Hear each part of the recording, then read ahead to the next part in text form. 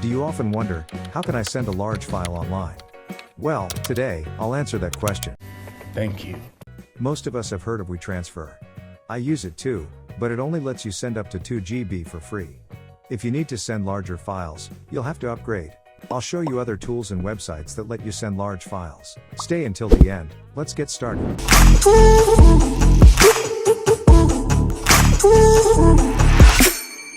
First is Blip. Blip is amazing. You can send files of any size to any phone or PC. First, download the app on your PC. It's available for Windows, Mac, Android, and iOS. I'll choose Windows for this tutorial.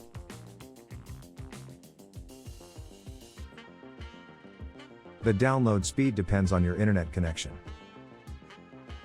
Once it's downloaded, install it, sign in with your email, and enter your details.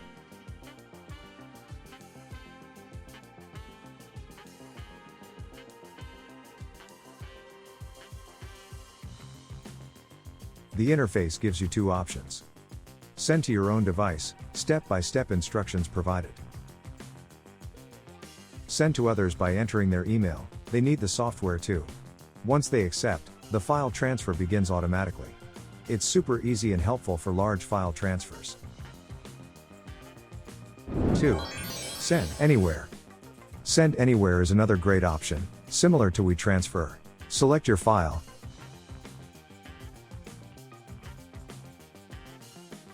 and you'll get a code and QR. If the receiver has the software, they enter the code, and the file gets transferred. You can also send a file link by signing in with your Google account.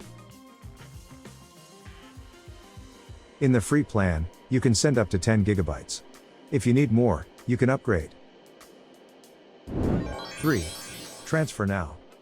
Transfer Now is a free tool to send files via email or a link. Just select your file and choose from the available options. They also offer different plans if you need extra features.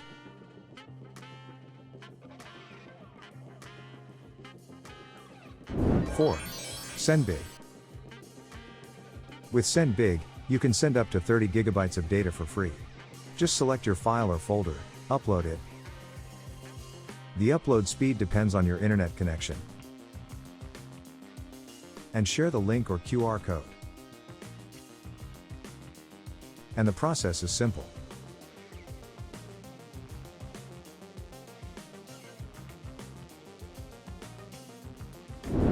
5. toffeeshare.